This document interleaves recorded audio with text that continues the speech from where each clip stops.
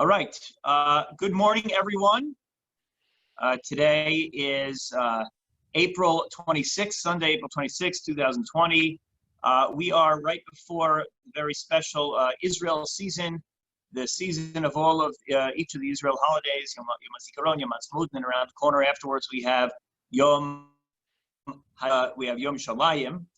Today's program is a special program initiated by the worldwide Mizrahi, and it's a program called Israel 360, celebrating Israel across the USA and around the world. This was supposed to be a live scholar in residence with our esteemed guest, Rabbi Jeffrey Sachs. We'll introduce in just a moment, but because of the circumstance we're in, we're doing this not live, but live streaming and via Zoom. It will be recorded and will be posted again onto YouTube, hopefully Facebook as well, and the website. I want to thank Rabbi David Israel, for coordinating this. I also want to thank Rabbi Jerry Eisenberg, Mizrahi of Religious Zionists of Chicago, also a co-sponsor of the event, for helping us at Chovei Tzion spread the word and put this exciting program together. Our guest today, Rabbi Jeffrey Sachs, is the founding director of ATID, the Academy for Torah Initiatives and Directions in Jewish Education. ATID, the future, but the Academy for Torah Initiatives and Directions in Jewish Education in Jerusalem, and its webyeshiva.org program. He also serves as the editor of the journal Tradition, recently taken over as the editor, as well as the series editor of the Shai-Agnon Library at Toby Press, the director of research at the Agnon House in Jerusalem, and the consulting director of Lair House, a three-time graduate of Yeshiva University, his bachelor's, his master's, as well as smicha. He was a Jerusalem fellow at the Mandel Leadership Institute. Rabbi Sachs was in the faculties of Yeshiva University High School for Girls, New York, and in Israel at Yeshivat HaMiftar, Machon Gold, among other yeshivot and schools, currently teaching at Midreshet Amudim. He lives in Efrat. His wife, Ilana Goldstein Sachs, and their 4 children. He has published widely on Jewish thought, education, and literature. You can check out on the Web Yeshiva website a lengthy list of articles, very impressive biography that Rabbi Sachs has put out. Today's topic is the dream of Aliya, Rabbi Soloveitchik, Zionism, and the chief rabbinate. I now turn over the microphone to Rabbi Jeffrey Sachs. Thank you, Rabbi Gelman. I'm really very sorry that I wasn't able to spend the weekend with you as we had planned.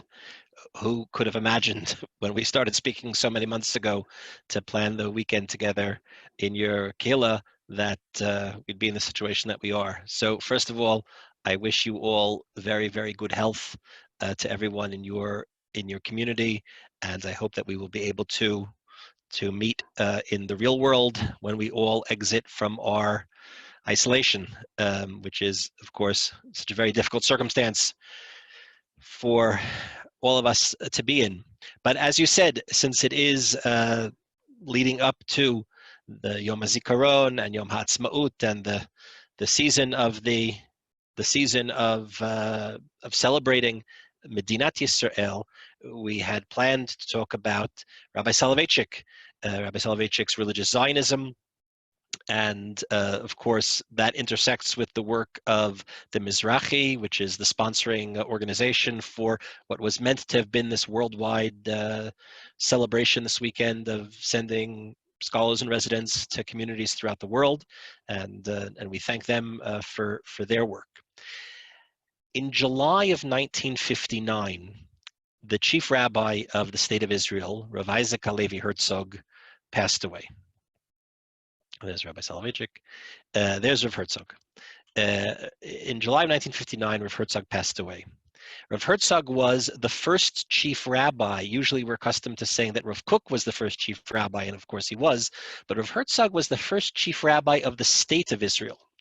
Rav Kook had passed away in 1935. Rav Herzog replaces him, but he is the rabbi of the Yishuv, of the Jewish community in in the British Mandate, but there is, of course, not yet in 1935, there is not yet a state of Israel. And on Hey ER 1948, Rav Herzog woke up that morning as the chief rabbi of Palestine and went to sleep that evening as the chief rabbi of the state of Israel. He became by default. They just had to change the title on his calling card. He becomes the chief rabbi. The state of Israel, as it were, inherits him as the chief rabbi, and he serves with distinction until his death in 1959. When he passes away, the state has to figure out, how do we elect a chief rabbi? The state of Israel itself had never undergone that process, and it wasn't at all clear how that happens. And there were all types of initiatives that were put forth, all types of suggestions that were made about how this should go about, how the election should take place, who indeed could be a candidate. But there was speculation that the Rav, Rabbi Joseph B. Soloveitchik of Boston and of Yeshiva University in New York, would have been a candidate. And his name was bandied about as a leading contender for the job. There were, of course, other contenders, including Rav Shlomo Gorin, who was then the chief rabbi of the army, of the IDF, and would ultimately, in the future, become elected chief rabbi, and Rav Unterman, Rav Isser Yehuda Unterman, who was the chief rabbi of Tel Aviv, who actually ultimately did get elected, but it was not at all clear how the process should take place. And in fact, there was almost 5 years in which the state had no chief rabbi, because they couldn't get their act together to figure out how it should be done. The Rav had been a leading figure in religious Zionism, at least from 1952, perhaps even earlier. Rabbi Gelman mentioned that I'm the editor of the journal Tradition. It's a good time to visit the website of traditiononline.org and renew your subscription, because in our next issue, the issue that's going to press right now, even as we speak, there's an interesting article which is going to try to show that the Rav's affiliation with religious Zionism predated what is conventionally known. But certainly since 1952, he was the honorary president of Mizrahi, of our organization. In 1956, he delivered a speech on Yom HaAtzmaut, almost exactly 64 years ago, which is Kol Dodido Fake, perhaps the most significant work of religious Zionism authored in the 20th century, certainly in the United States. His great description of the meaning, the religious meaning of the state of Israel, and how the state of Israel fits in to larger trends in Jewish history. And yet, his identification with Zionism was very much against the grain. It was not in keeping with what he described as his family tradition. In one of the 5 addresses, the Chamesh Drashot, which were lectures that he gave at the annual Mizrahi convention in New York, the Rav had said, "I was not born into a Zionist household. My parents, ancestors, my forebears, my father's house, my teachers and colleagues were far from the Mizrahi religious Zionists. They too held why meddle in the secrets of the merciful one," meaning Zionism was viewed in Europe as a modern political phenomena, which is not in any way to say that the Jews' longing for Eretz Yisrael was somehow newfangled, but Zionism as a political movement was considered to be some type of, at best, suspicious and at worst illegitimate interference with however God chose to run the world on his own. And then the Rav says, if I now identify with the Mizrahi against my family tradition, it is only because I feel that divine providence has ruled like Yosef HaTzadik against his brothers. The Drasha had laid out an idea that trying to explain why it was that the brothers, the sons of Jacob, had this animosity towards Yosef. And of course, one needn't be Sigmund Freud to understand that this is Rabbi Yosef Soloveitchik trying to explain why others opposed the biblical Yosef, why Yosef was not always appreciated and accepted by his brothers. And in fact, of course, Rabbi Soloveitchik was not always accepted and appreciated by other Roshei Yeshiva in the United States. He says, I believe that the hashgacha, that divine providence, has ruled like Yosef against his brothers. And here within the analogy he's developing against the anti-Zionist position, that God employs secular Jews as instruments to bring to fruition his great plans regarding the land of Israel. And of course, here it echoes thoughts that were articulated most prominently a half generation earlier by Rav Kook. I also believe that there would be no place for Torah in Israel today were it not for the Mizrahi. That my association with religious Zionism has something to do with an appreciation of the religious Zionists' efforts and successes in advancing and preserving and protecting Torah life and Torah learning in the land of Israel, in the state of Israel. I built an altar upon which I sacrificed sleepless nights, doubts, and reservations.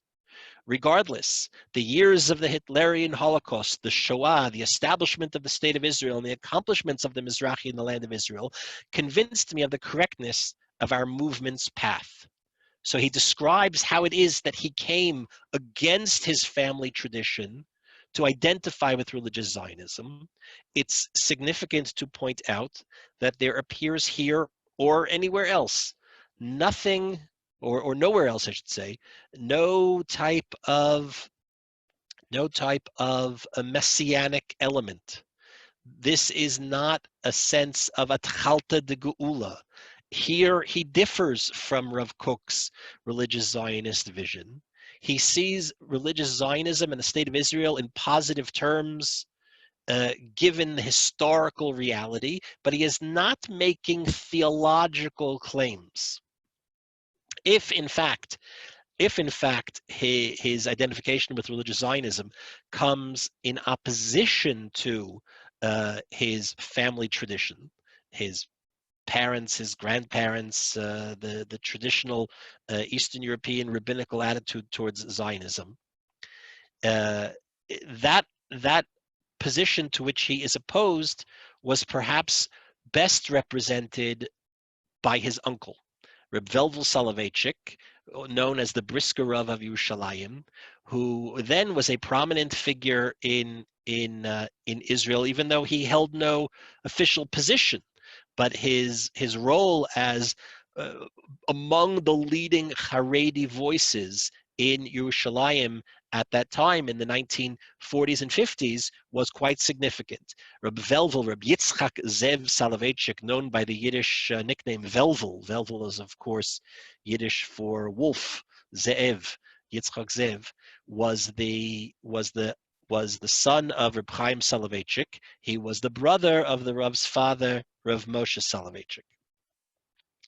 In fact, it's been speculated that it was possibly because of his uncle and his uncle's opposition to Zionism that the Rav never visited Israel in those years, after having visited the one and only time in 1935, the very young Joseph B. Soloveitchik.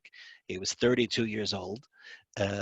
Visited Israel visited Eretz Yisrael to stand for election in the election for the chief rabbi of Tel Aviv, an election which he lost. And it's possible that he didn't return because he didn't want to get caught between his religious affiliations and to cause any discomfort for his uncle.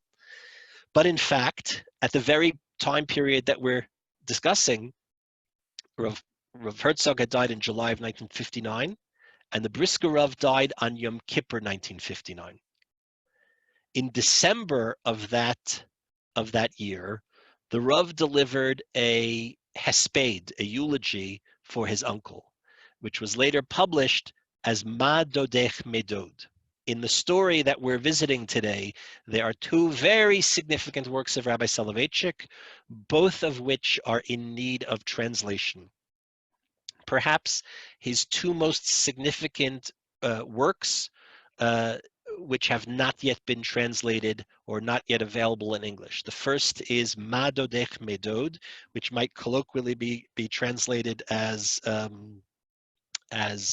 what is more beloved than uncle. It was a hesped for his uncle, a eulogy for his uncle, in which he revisits the character of halachic man.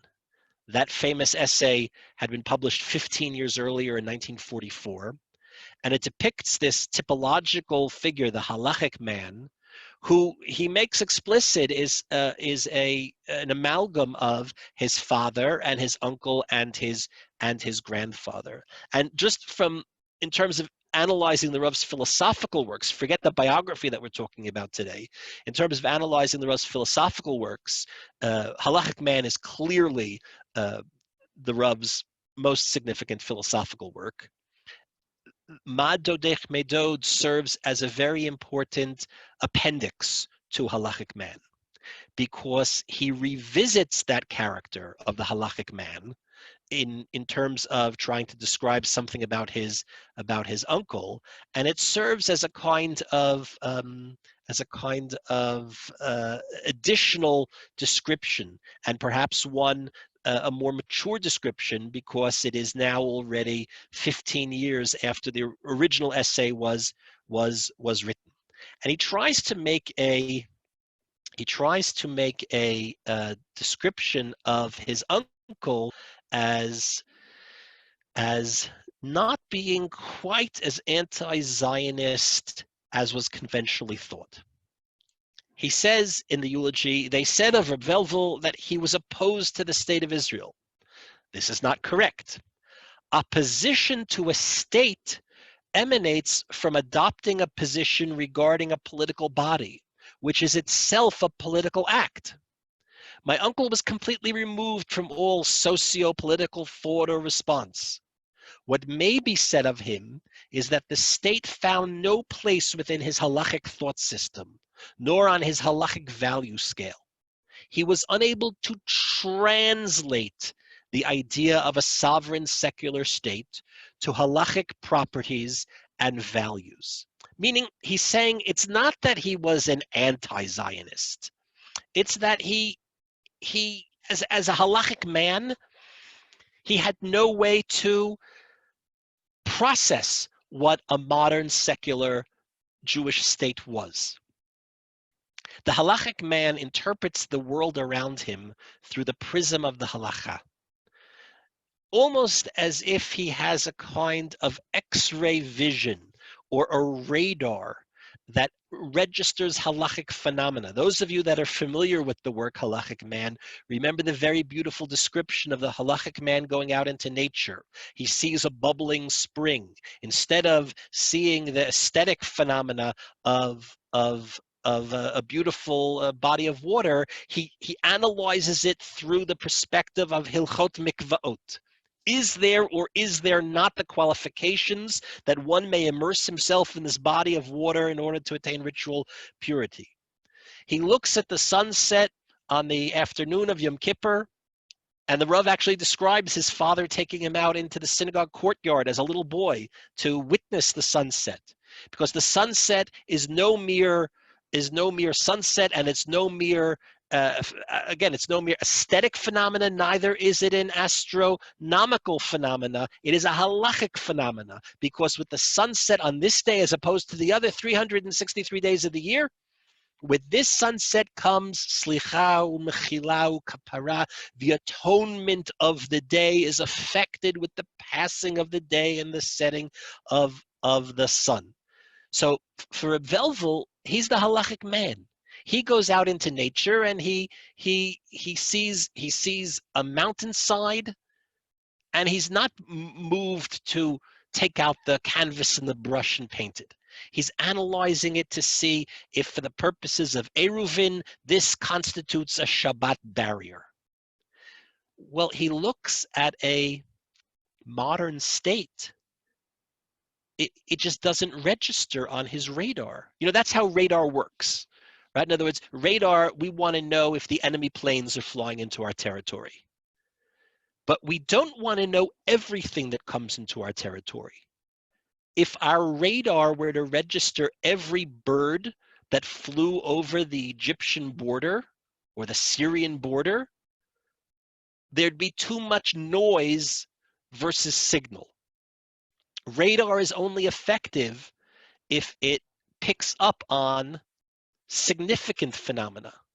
And that which isn't significant, we don't want it to register on the radar.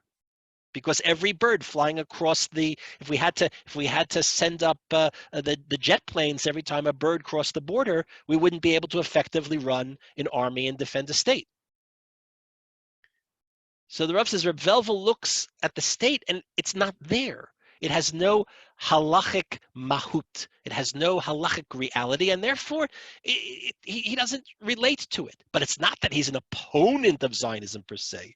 In his book, Messianism, Zionism, and Jewish Religious Radicalism, Professor Avi Ravitsky, where is it? Ooh, it's not. That's the funny. Here, there you go. Professor Avi Ravitsky records the following story. He says, Rabbi Isaac Zev Halevi Soloveitchik of Brisk, who lived in Jerusalem, once heard a member of the Neturei Karta. The Neturei Karta, of course, are the most virulent anti-Zionist, Jewish anti-Zionist group. He once heard a member of the Neturei Karta curse the state of Israel, to which Reb Velvel responded, "This man is a true Zionist." How so?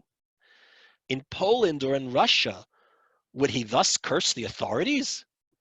Would he act like this in America? Since he acts differently here, then he must necessarily find a different essence in the Jewish state, a unique experience. He must therefore be a Zionist. In other words, the very recognition that there's something unique about the Jewish state, right? Reb Velvel, I mean, I presume he meant it tongue-in-cheek. Right? But the very recognition that there is something unique about the Jewish state renders that member of the Neturei Karta I'm making air quotes here, a Zionist. And Reb Velvel didn't recognize that. The Rav goes on to say in the Hesped, because Reb Velvel could not identify the state as something of significance, because he felt a sense of disappointment in the way that Jewish life was playing itself out. This led my uncle to separating himself from, and here's the money quote, separating himself from the most important event in modern Jewish history, meaning the establishment of the state. As the Rav says, by no means to criticize his uncle, but in order to show how he differs, I, the nephew, I can recognize the most important event in modern Jewish history, the establishment of the state, even though we're talking about a secular political entity. This, by the way, is one of the manners in which the Rav did not fully identify himself with the character of halachic man. Very often, because the Rav writes this famous essay called The Halachic Man, he himself is referred to as the halachic man. I believe, as a matter of fact, that is one of the things that's written on his gravestone. But the Rav himself does not fully identify with this character called the halachic man. If one is looking, it's a descriptive essay in which he is writing about his forebears, his father, his uncle, his grandfather. If one is looking for an autobiographical statement about how the Rav viewed his own religious and spiritual life, one would find that, of course, in the essay, The Lonely Man of Faith. However, since the Rav's name was being bandied about exactly at this time to become chief rabbi, the Israeli press is taking interest in him. And of course, it's so important to remember, this was the pre-Zoom era. Now, we all remember, you remember the world pre-Zoom? It was about 6 weeks ago, right? But even many of us can remember the world even before the internet, where the distance from New York to Yerushalayim was a lot greater than it was today. So he wasn't a well-known figure yet in Eretz Yisrael. People knew who he was. There was scant amount of writing. There were only a few essays available. Some of his later works were not yet known. Certainly none of the posthumous works that now outnumber the works that he himself published in his own lifetime. There was only here and there essays that were available in journals. They couldn't even be purchased. At that point, one couldn't even yet buy a volume that contained the Isha Halacha, the halachic man, or Kol Dodido Fake. Right? So the Israeli journalists send people to New York to interview him. Among the people that comes is a young journalist for the Yediot Achronot newspaper by the name of Eliezer Wiesel, who later shortens his name and is known to us, of course, as Eli Wiesel. That's how he looked probably around the time he goes to interview the Rav in 1959. And of course, how he looked as we knew him later in life when he became such a very significant figure in Jewish life. Wiesel asked the Rav if he would accept the position of chief rabbi. The Rav responded, "I don't know, it hasn't been offered to me." However, the Rav said, "However, one doesn't refuse an offer which comes from Eretz Yisrael.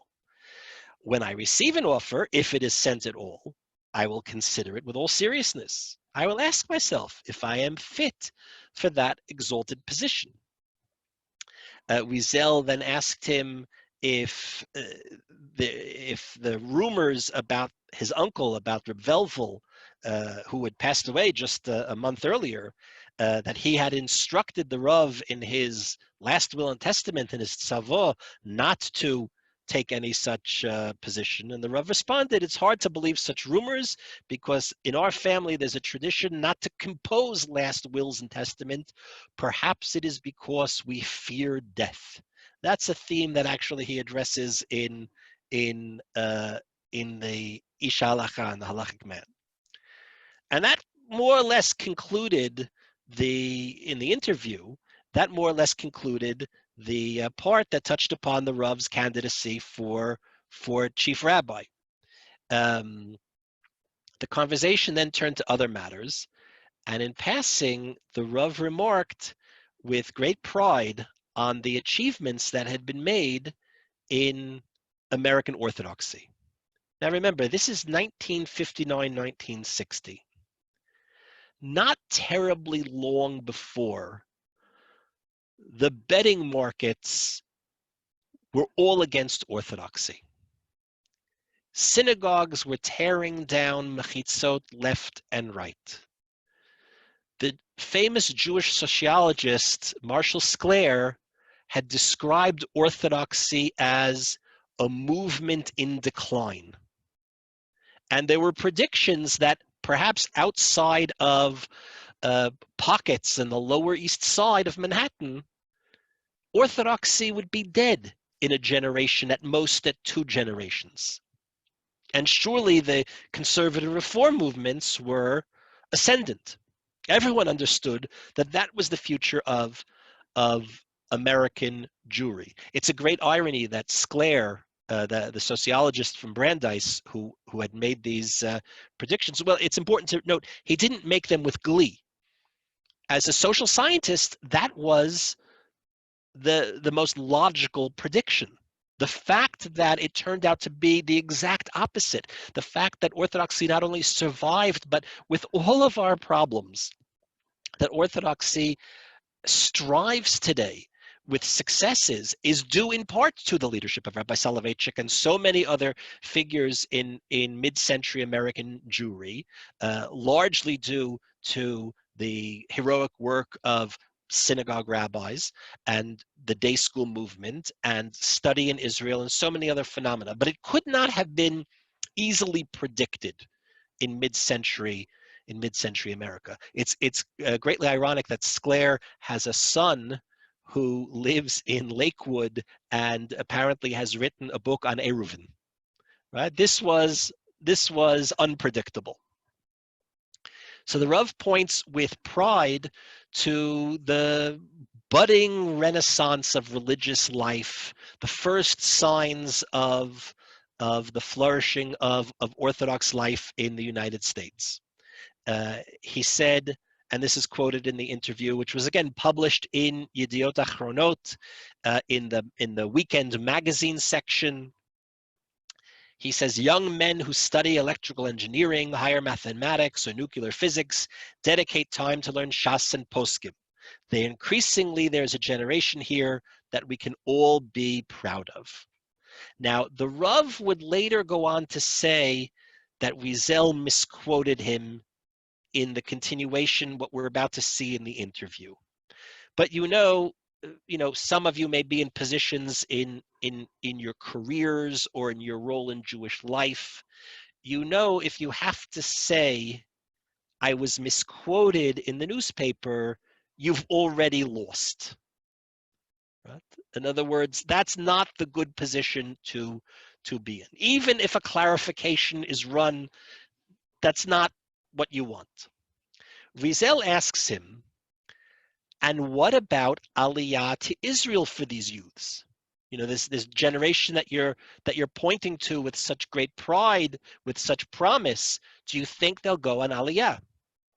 And the Rav is quoted as saying, it's a dream, a nice dream, but I doubt if it will ever happen. You understand, the interview was published in Hebrew. This is my translation. The youth and Jews in general are no longer drawn towards Israel as they once were. They take interest in it and would do anything on its behalf, but they will not settle there. Why? In the past few years, there's been a change in the attitude of the American Jew toward Israel. For example, I recall that when I was a young boy, the land of Israel was for me a deep inner experience and no mere geographic, political, or even religious concept. When I would hear the name Eretz Yisrael, every bone in my body would tremble. Today, Israel has become a concept which does not draw on the depths of the soul or the longings of all generations. Today, the term Israel has lost the messianism in it. That's the quote. The last sentence was printed in bold, and the editors emphasized this aspect of the interview by making the headline. The author of an article in journalism, the author of an article rarely chooses the headline himself. The editors usually choose the headline, and very often the choice of the headline, this is true. We often criticize journalism for its unfair treatment of causes that are dear to us, particularly of Israel. But it's important to remember there's a headline and there are sometimes sub-headlines, and they shape and craft how we interpret the article. If you read something in the newspaper and it rankles you, you owe it to the author to imagine there was no headline. If you were to have read the piece without a headline, without the captions, without the photograph, which very often does more than anything else to shape how you interpreted what you read, if you were just to have read the text of the article alone, would you have interpreted it differently? Because the author of the article very often is not the one who chooses any of that kind of ancillary material. But here, the editors of the piece in the Yediot newspaper choose the headline, Aliya of Jewish youth from the United States is merely a nice dream, says Rabbi Joseph Soloveitchik, mentioned as candidate for chief rabbi. Well, you can imagine that's a rather incendiary headline. Here's someone whose name is being tossed around as a candidate to become chief rabbi of the state, who says, Aliya, it'll never happen. It's merely a nice dream, meaning it's a fantasy. Right? In other words, the sacred cow of Aliya has now been slaughtered along with much of the enthusiasm for his candidacy to be chief rabbi. Someone cannot become elected chief rabbi of the state of Israel in 1960 on a platform of the Jews will never come on Aliyah. Well, like I said, the Rav would say that Wiesel misquoted him, but no matter. He was quickly criticized for these remarks. This was published on July 13th. This is published, on November 13th. In the December 4th issue of the newspaper Hadoar, there was a long article, a kind of open letter written by Moshe Meisels, who was a figure in religious Zionism in the United States. He had been the editor of Hadoar and had only recently stepped down, criticizing the Rav. Hadoar, I should mention Hadoar. Perhaps there are people with us who remember Hadoar. Hadoar was a publication. It lasted for about 85 years. It only folded about 10 or 15 years ago. It was the newspaper of the Histadrut HaIvrit de America, the Hebrew Association of America. It was at first, I think, a weekly newspaper. That it's fascinating. There were Jews in the United States that subscribed to a Hebrew newspaper. I am mindful of the fact that I'm broadcasting to you from the land of Israel, and I'm doing so in English, and that should all be a source of shame for us.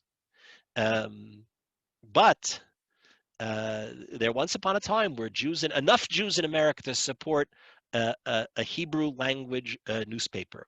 But then, of course, with the passing of the generations, the fluency in Hebrew, connection to Hebrew began to wane, and the newspaper went from being a newspaper to a monthly magazine, and from a monthly magazine to a kind of newsletter, to a pamphlet, to no longer existing. But in its day, Hador was a very important publication, and the Rav himself would publish there. Very often when the Rav gave sermons or drashot, he gave these very famous drashot a few times a year for the Aseret Yemei Teshuvah, for his father's Yoretz site. They would be written up, they would be published in Hador, and then only later were they collected in book form in all the variety of books that we have on the shelf.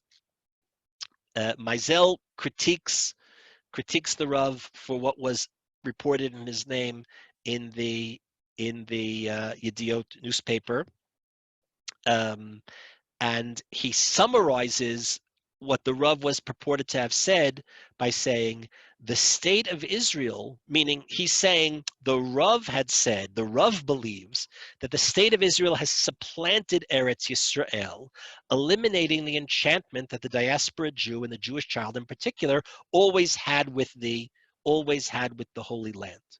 In other words, the Rav had said something has changed. People's fascination, people's connection to Israel has changed.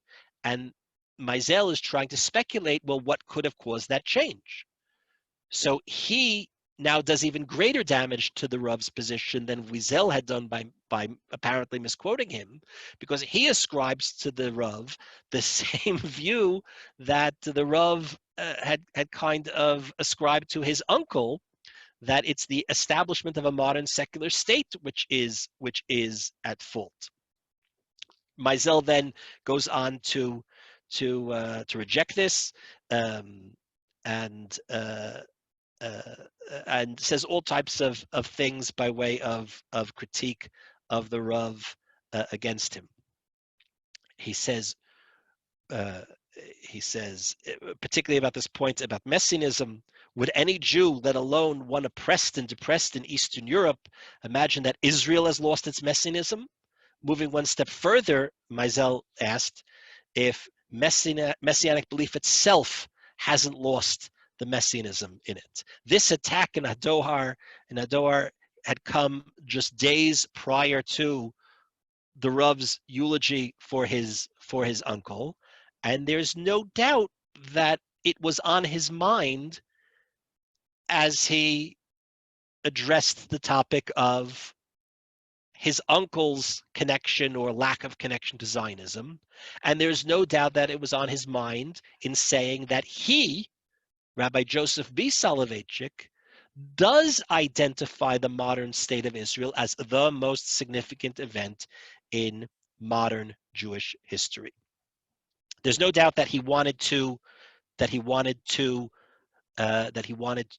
respond to the attack that had come in Hadoar on December 4th. There's no doubt that it was on his mind as he stood in front of the packed audience in the auditorium at Yeshiva University delivering the eulogy for his uncle on December 9th. And there's no doubt that he planned on penning a full response to Meisel's critique. However, on that very night, December 9th, 1959, after delivering the eulogy for his uncle, he informed his family that he had been diagnosed with intestinal cancer. He was returning the next day to Boston for surgery, and he was preoccupied over the next number of months with his own recuperation. Now, nobody should want intestinal cancer at any time. But in 1959, it was, we know how medicine has evolved. His daughter, Tova Soloveitchik, was then engaged to the young Aaron Lichtenstein. They postponed their wedding so that their father would be able to participate, which would have been impossible during his illness. He was 57 years old, and he admitted, "I suddenly ceased to be immortal. I became a mortal being." That encounter with cancer in 1959 shaped much of his thinking about suffering and the human condition. And it's just another piece in this fascinating short biographical chapter in his life. So many different things coming together that his encounter with serious illness comes at this point. In Out of the Whirlwind, his collection of essays on suffering, on mourning, he says, "The night preceding my operation, I prayed to God and beseeched him to spare me. I did not ask too much. All I wanted was that he should make it possible for me to attend my daughter's wedding, which was postponed on account of my illness. A very modest wish in comparison with my insane claims to life prior to my sickness. However, this fall from the heights of an illusory immortality into the valley of finitude was the greatest achievement of the long hours of anxiety and uncertainty.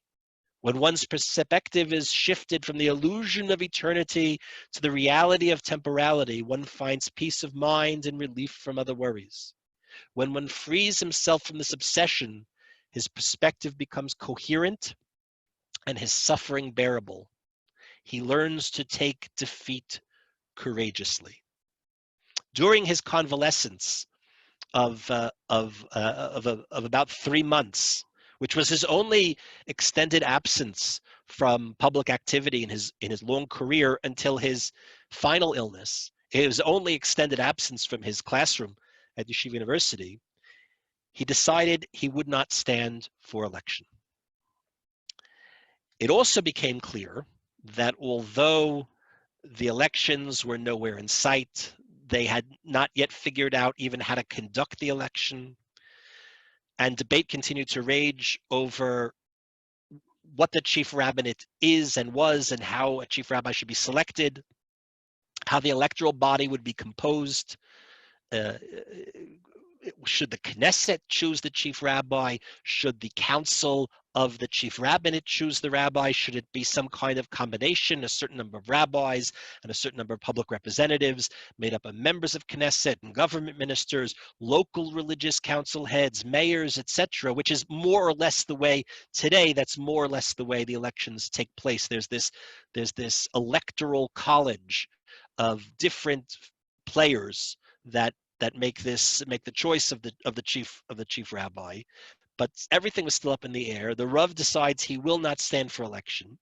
But it was also apparent that although he enjoyed the crucial support of the Mafdal, the late, and I should say the late and lamented National Religious Party, the NRP, which has evolved so many times in the last few election cycles. Here election cycles are so brief. A whole election cycle is just a few, it's like fruit flies. Every 24 hours, we enter a new election cycle here. I mean, we might even be entering a fourth election cycle, this year alone. But the NRP in the alphabet soup of Israeli politics, the Mafdal was the long-time Miflaga Datit Leumit, the religious Zionist party, which morphed into different things. In some ways, it is now represented by the party of Naftali Bennett, but it split, in fact, fractured in so many different ways. It's hard to point to exactly where it is today. But throughout the first number of decades of the state, the religious Zionist party, the National Religious Zionist Party, was a central coalition partner in every government. And even though the Rav enjoyed the support of Chaim Moshe Shapira, who was the head of the party and had been a childhood friend of the Rav's, he was from the same little town, Chaslovich, that the Rav grew up in. He could not count on the support of the whole party, who generally favored, most of the members of the party favored the candidacy of Rav Unterman. There were all types of political machinations that were at work that would have limited the candidate to be somebody who was already in possession of Israeli citizenship. That would have, of course, eliminated the Rav. Right? They were going to pass a law that in order to run for chief rabbi, you had to have already come on Aliya.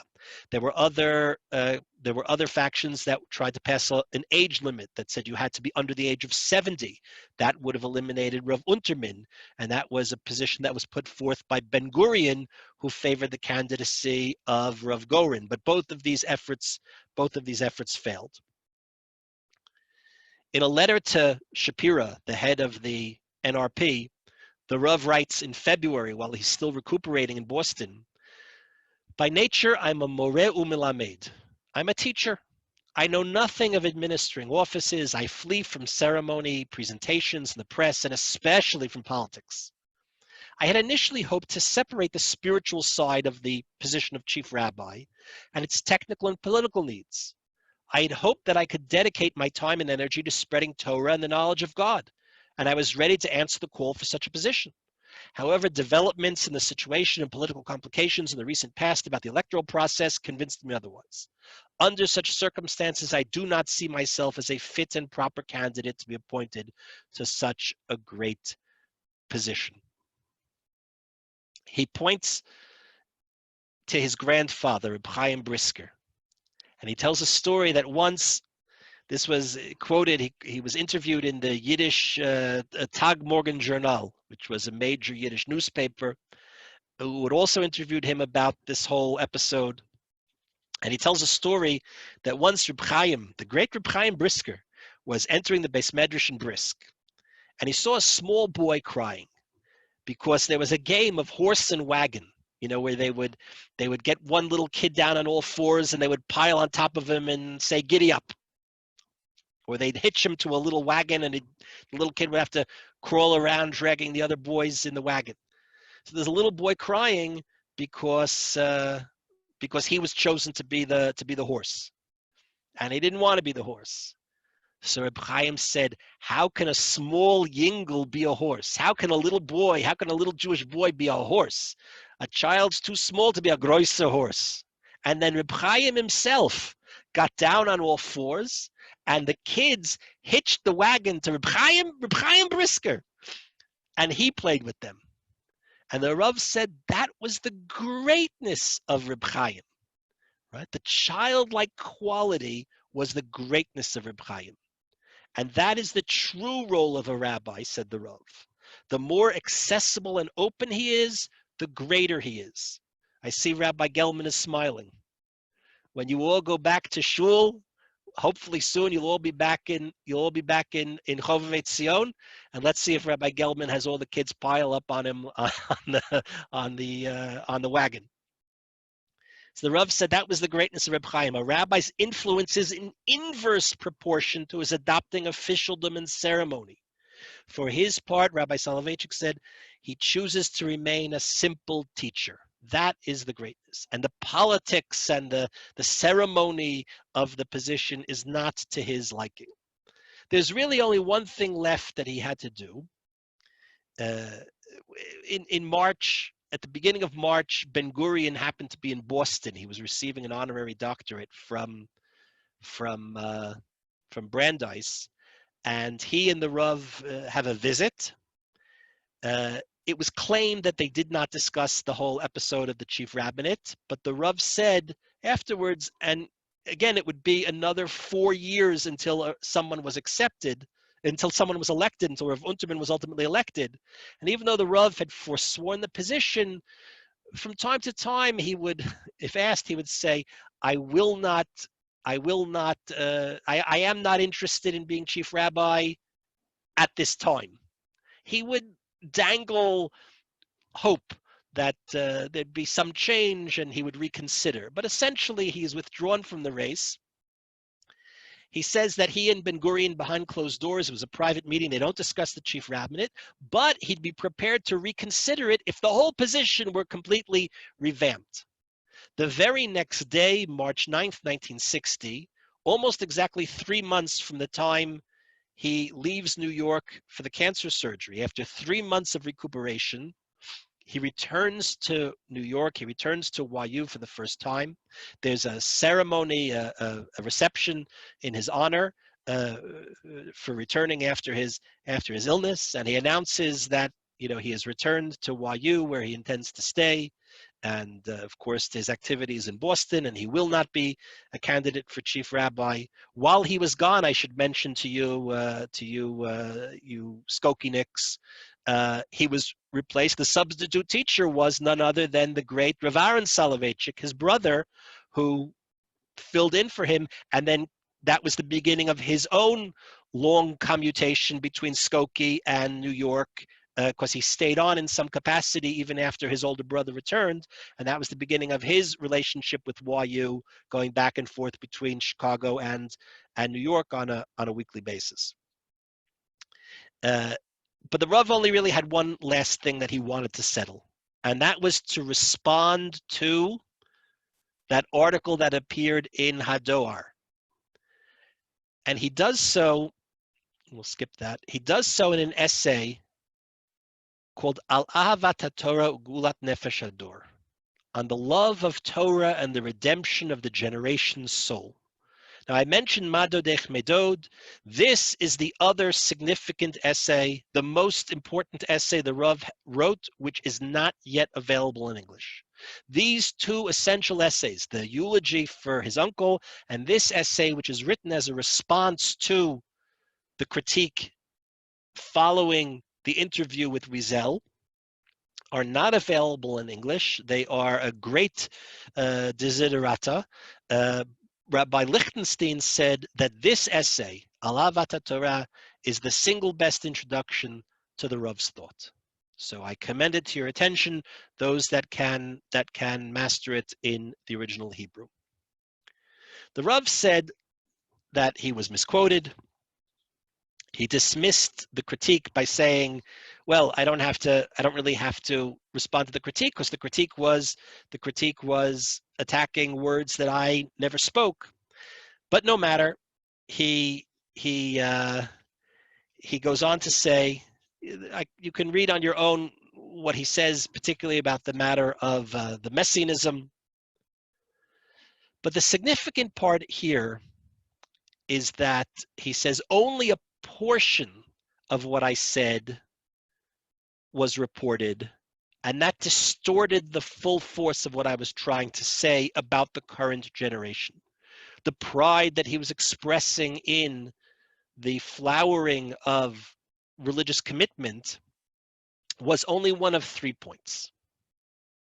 He said, now he's telling us what he says he said to Wiesel, but which wasn't reported. I am troubled by 3 negative phenomena which prevent full realization of the dream. First, the percentage of youths learning in yeshivot is very small. By yeshivot, I think he means what we call day schools, right? The percentage of children in Jewish schools is still very small. Even though it's increasing every year, it is not yet sufficient to calm our worries, right? This is American Jewry mid-century, right? There was this clear sense that the day school movement was the hope, that the tikvah would come from Jewish education, but not enough Jewish children are in day school. Second, we have not yet succeeded in America to produce true Gedolei Torah of whom we may be proud. Remember, at this point, almost all of the Rosh Yeshiva, all of the significant, almost all of the Rosh Yeshiva, and almost all of the major rabbinic figures are European-born. There were exceptions, of course, particularly in communal rabbinate, but he says we haven't yet produced homegrown rabbinic leadership. On the third point, of which I spoke at length, only a fraction was reported. I inadvertently touched upon a serious educational philosophical problem, which has long troubled me. Orthodox youth have discovered the Torah through scholastic forms of thought, intellectual contact, cold logic. However, they have not merited to discover the Torah through a living, heart-pounding, invigorating sense of perception. They know the Torah as an idea, but they do not directly encounter her as a reality, perceptible to taste, sight, touch. Because many of them lack this Torah perception, their hashkafa, their worldview of Judaism, becomes distorted. In one word, they are confounded on the pathways of Judaism, and this perplexity is the result of unsophisticated perspectives and experiences. Halacha is two-sided. The first is intellectual, but ultimately it is experiential. And that is the reason that he says, I perceive a diminution in the American Jewish commitment and connection to Israel. Israel is ultimately an experiential phenomena. But it's not about Israel. It's a larger indictment of American Orthodoxy in 1960. There's been a lot of success in education. And we have people that are this kind of mid-century Torah Umada model of people who are learning Daf Yomi and also going to medical school, right? Who will be doctors and lawyers and engineers and the other careers that he counted in that interview, who maintain halachic commitments. But they're lacking what sometimes their uneducated parents or grandparents actually felt. This is, of course, related to the famous article authored by Rabbi Soloveitchik's son, Professor Chaim Soloveitchik, Rupture and Reconstruction, V'ayin Sham. And again, just to tout the work that we're doing at Tradition, in our previous issue, we had a very expansive symposium on the 25th anniversary of that essay, and you can visit it on the website and read what people have said in terms of the assessments of rupture and reconstruction, about the transition from a mimetic culture where Judaism was a kind of lived tradition to a text culture where it becomes a function of text study and intellect, and what is gained and what is lost through that transition. Rabbi Lichtenstein, the Rav's son-in-law, whose fifth yard site we observed just yesterday, said the following of his father-in-law. This frustration that the Rav felt that there was something lacking in the experiential aspect of American Jewish religion. This frustration centered primarily on the sense that the full thrust of his total effort was often not sufficiently apprehended or appreciated, that by some, parts of his Torah were being digested and disseminated, but other essential ingredients were being relatively disregarded, if not distorted. He often felt that even among Talmidim, some of his primary spiritual concerns were not so much rejected as ignored. Indeed, that spirituality itself was being neglected. The tension between the subjective and the objective, between action, thought, and experience was a major lifelong concern. The sense that he was only partially successful in imparting this concern gnawed at him. The problem between the American Jew and the state of Israel has nothing to do with Israel. It has to do with American Judaism.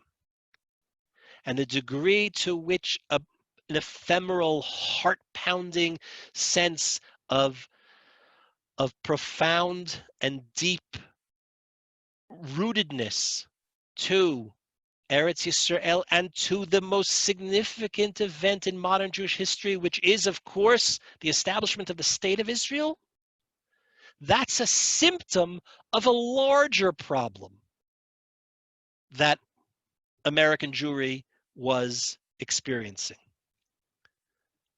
The Rav went on to say in Al Havat Torah, that essay that he writes in response to the critique, I affirm that I can identify one of those responsible for the present situation, and that is none other than myself. I have not fulfilled my obligation as a guide in Israel. Now, whether or not how much this should be taken seriously, the indictment that a great man might make against himself may not match that which his disciples and the community which still reveres him as a spiritual master, whether we would agree with it, but he himself points an accusing finger right back at himself. I have not fulfilled my obligation as a guide in Israel. I seem to have lacked the ability, the personal power required of a teacher and Rav. Or perhaps I lacked some of the desire to fulfill the role completely, and I did not devote myself completely to the task. To a greater or lesser degree, as an educator and teacher on the plane of Gadlut HaMochin, he takes this kind of Kabbalistic notion for intellectual power, mental greatness. My students have received much Torah learning from me, and their intellectual standing has strengthened and increased during the years they have spent with me. But I have not seen much growth on the experiential plane. I have not succeeded in living in common with them, cleaving to them, and bestowing some of my personal warmth on them. My words, it would seem, have not kindled the divine spark in sensitive hearts. I have fallen short in my role as one who spreads the Torah of the heart, a Torah that is transmitted by the power of the teacher's deliberate diminishing of his own towering stature to the point of katnut hamochin, the more experiential, the more emotional aspect, the childlike simplicity, the aspect of Reb Chaim getting down on all four and playing with the boys in the courtyard. And the failing lies with me. Rabbi Lichtenstein points to this quote, the poignancy of it, and he remarks in that same essay that this too is part of the Rav's legacy, the candid recognition of failure transcended by its very acknowledgement. In his own personal vein, so aristocratic and yet so democratic, he has imbued us with a sense of both the frailty and majesty, and of the majesty of frailty. There's no doubt that he was, of course, one of the great articulators and spokesmen of religious Zionism as a religious worldview. There is no doubt that he did influence so many, myself included, coming to you live from Efrat, live from Gush Etzion, live from Medinat Yisrael, and so many others. But just as equally, so many that have chosen or have been forced to remain behind. In some ways, the accomplishments of a religious Zionism in Chicago is even more remarkable. The ability to keep enthusiasm tempered with all of the criticism that we have about contemporary life, contemporary political life, contemporary religious life in the state of Israel. A critique which is offered with love, but a critique nonetheless. Well, it's easy to maintain passion here when you're in the thick of it. The achievements of your community to maintain a sense of commitment and devotion and affection and spirituality and the existential reality of the experiential reality of being connected to Eretz Yisrael, which is of course boosted by frequent visits and by year of study and by summer opportunities for young people to visit, and certainly hopefully in post-corona days soon, when we'll be able to fly back and forth with the kind of frequency and freedom that we had grown spoiled, we had grown accustomed to. But in some ways, the Jewish communities of old, for whom Eretz Yisrael really was just a dream. When the Rav said it's a nice dream that they should make Aliya, but they won't because they don't feel that connection. Well, I don't know what's happening now. And God forbid we should see a rise of anti-Semitism and other things that have pushed Jews to migrate throughout history, often to the United States, but sometimes to Eretz Yisrael. But generally speaking, people don't come on Aliyah out of some kind of intellectual commitment. On the contrary, if you think about it too much, it all seems rather insane and you tend not to come. But if you try to process it through the emotional plane, then it's something else altogether. That is the stuff of dreams. In that regard, it's a nice dream. It's the only dream, the dream of Aliya. And those are some thoughts on Rabbi Soloveitchik's involvement in religious Zionism and American Jewry. And you, after all, are American Jews, and we ask you to keep up the good work of maintaining those commitments and those feelings all the way from Chicago and from Skokie. I hope I'll get a chance to meet you all in person sometime soon. And most importantly, I hope that we will all enjoy good health for ourselves and our families and our communities. So I'll stay online. If people have questions, we can continue to chat. And I wish you all a Chag Atzmaut Sameach. So I'm going to open up for questions just a moment if that is a desire, if anyone has. First of all, thank you, Rabbi Sachs, for an incredibly stimulating talk. It was lovely to have you virtually, and we look forward to having you in real life.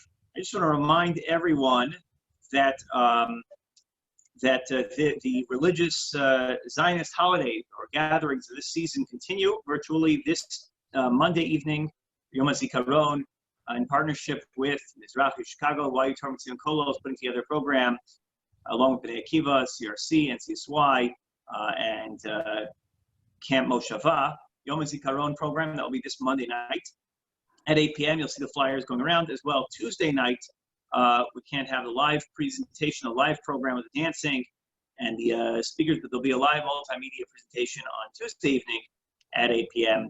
in partnership with each of the aforementioned organizations. So thank you so much. I'll unmute all just to say Shalom Aleichem to everyone.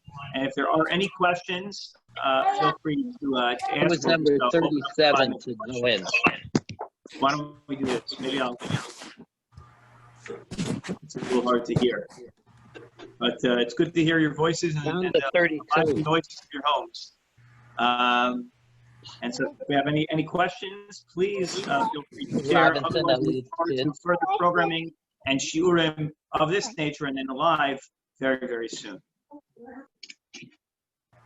Kol hakavod. Thank you, Rabbi Sachs. Thank you, Rabbi Gelman. Yasher Kochacha, Rabbi Sachs is wonderful. Thank you. Thank you, Rabbi Eisenberg, for all your work with the Mizrahi. Yasher Koach.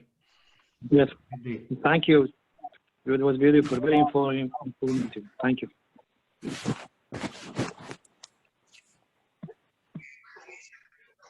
Rabbi Sachs and Nathaniel Isaacs here. I just want to say Yesher Koach on the Sephardic Rabbi KCT.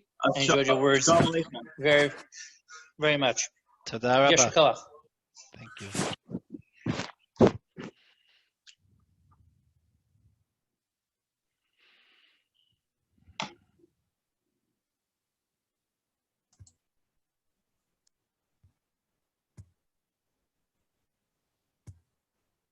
Okay, so thank you all and Chag Sameach. Chag Sameach. We Chag will Sameach. see you in good times, good health. Kol tov.